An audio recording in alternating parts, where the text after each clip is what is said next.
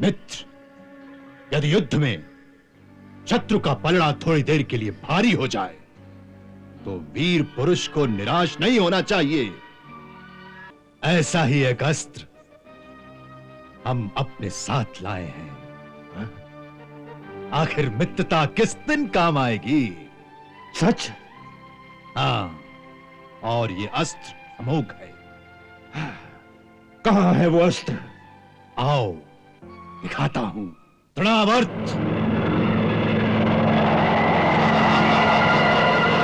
क्या आज्ञा है स्वामी? तृणावर्त, अब गोकुल में जाकर हमारे मित्र का कार्य पूर्ण करके आओ। जो आज्ञा महाराज।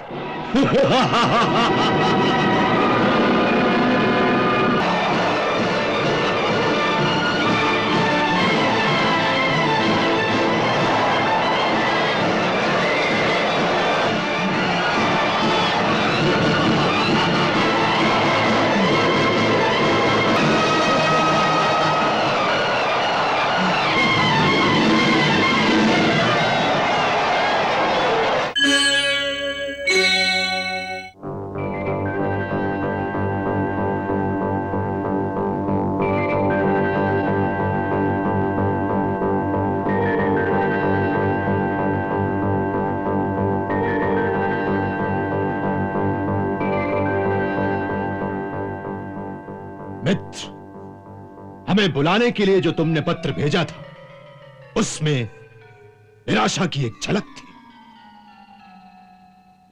ऐसा लगता है कि आप हताश हो गए, थक गए। हाँ मित्र, परिस्थिति कुछ ऐसी ही है। हमें सारी परिस्थिति का पता लग चुका है। इस बारे में हमने आपके मंत्रियों और साथियों से विचार विमर्श भी किया है। परिस्थिति अवश्य गंभीर है, परंतु ऐसी किसी भी परिस्थिति में महाराज कंस जैसा प्रतापी वीर अगर निराश हो जाए तो उसके साथियों का मनोबल कैसे दृढ़ रहेगा? कंस के सामने कोई दिग्गज सेना खड़ी कर दो तो भी कंस नहीं घबराएगा। एक मतवाले हाथी की भांति उस सेना को रौंदता हुआ चला जाएगा।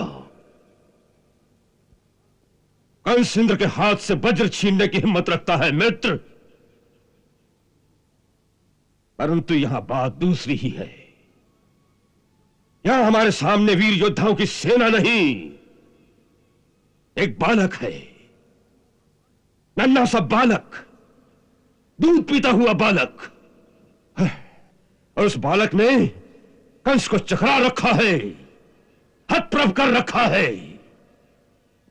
मित्र, पूतना और उत्कच जैसे परम वीर योद्धाओं को एक ही ठोकर से वो यमलोक पहुंचा देता है।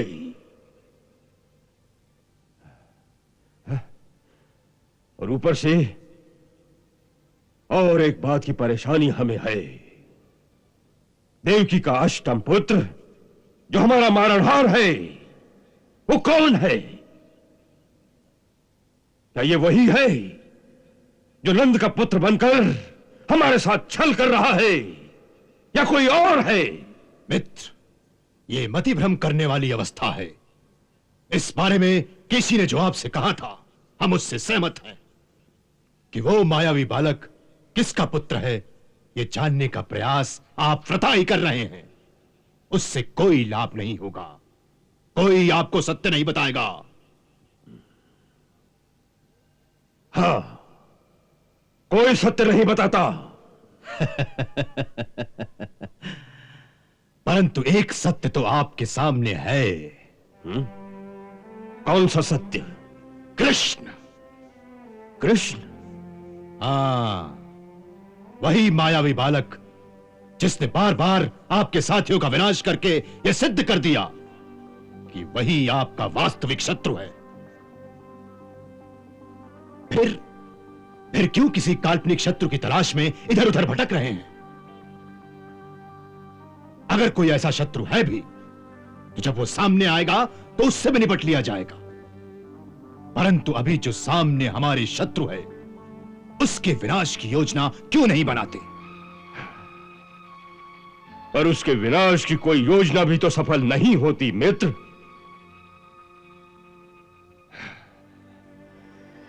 मित्र, यदि युद्ध में शत्रु का पलड़ा थोड़ी देर के लिए भारी हो जाए तो वीर पुरुष को निराश नहीं होना चाहिए। यदि एक अस्त्र निष्फल हो जाए तो तुरंत किसी दूसरे अधिक शक्तिशाली अस्त्र को प्रयोग में लाना चाहिए। उससे अधिक शक्तिशाली अस्त्र? ऐसा ही एक अस्त्र हम अपने साथ लाए हैं। आखिर मित्रता किस दिन काम आएगी? सच? हाँ, और ये अस्त्र अमोघ है। कहां है वो अस्त्र? आओ दिखाता हूं।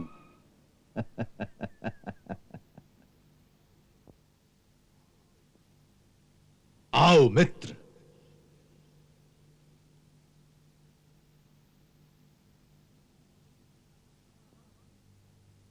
तृणावर्त।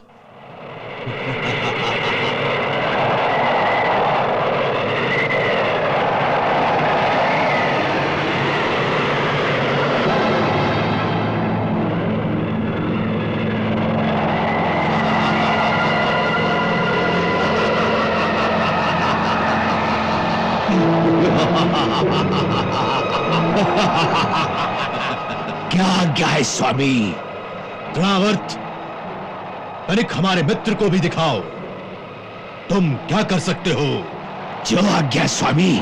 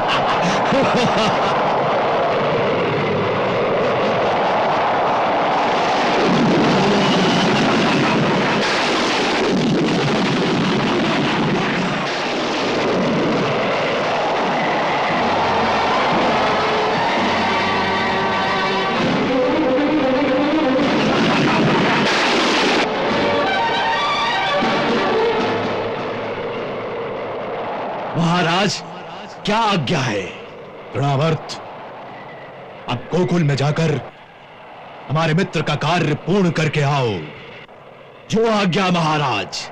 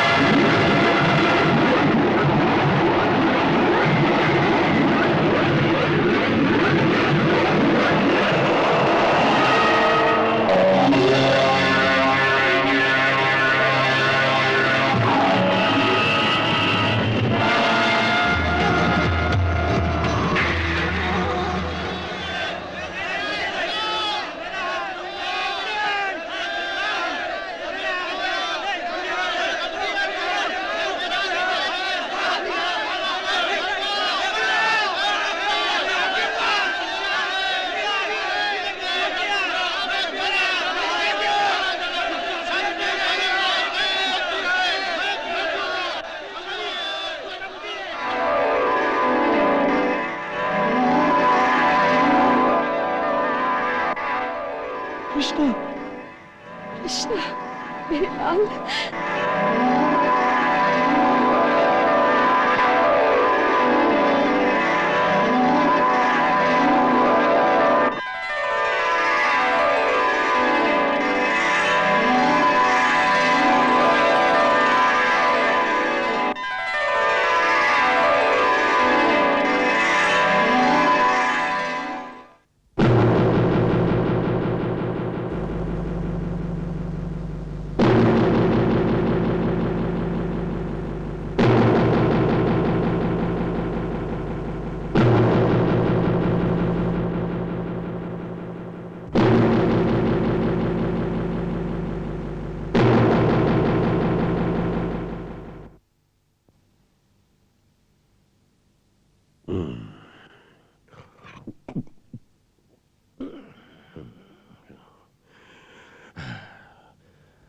महाराज बाणासुर,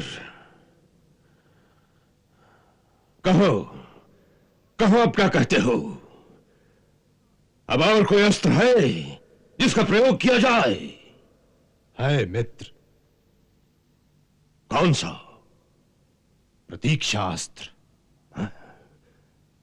प्रतीक्षास्त्र अर्थात? मित्र, इतिहास यह सिखाता है कि मनुष्य का समय सदा एक सा नहीं रहता। काल की गति किसी को भी स्थिर नहीं रहने देती। मनुष्य कितना भी वीर हो, उसमें तीनों लोगों को जीतने की क्षमता हो, तो भी वो समय से नहीं जीत सकता, नहीं जीत सकता। जब जब समय अनुकूल ना हो तो कितना भी पुरुषार्थ करो, कितना भी परिश्रम करो, उससे कोई फायदा नहीं होता। ऐसे विपरीत समय में बुद्धिमानी यही कहती है मित्र कि मनुष्य को समय के सामने शीश झुकाकर शांत होकर बैठ जाना चाहिए। सबसे पहला काम तो यह करिए कि उस बालक को भूल जाइए। भूल जाऊं?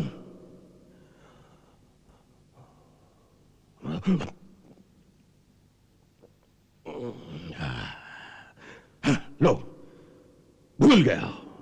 फिर उसके बाद अपने अपने राज्य के कामकाज में लग जाइए। वैसे राजाओं के पास तो इस तरह मनोरंजन के सैकड़ों साधन होते हैं, उसमें रत हो जाइए। चलिए, हम आपको अपने राज्य में आखेट पर आने का निमंत्रण देते हैं। कुछ समय के लिए हमारे पास आइए। हम आपका इस प्रकार से मनोरंजन करेंगे कि आप सब कुछ भूल जाएंगे, सब कुछ। तुम्हारी ये योजना हमें अच्छी लगी मित्र।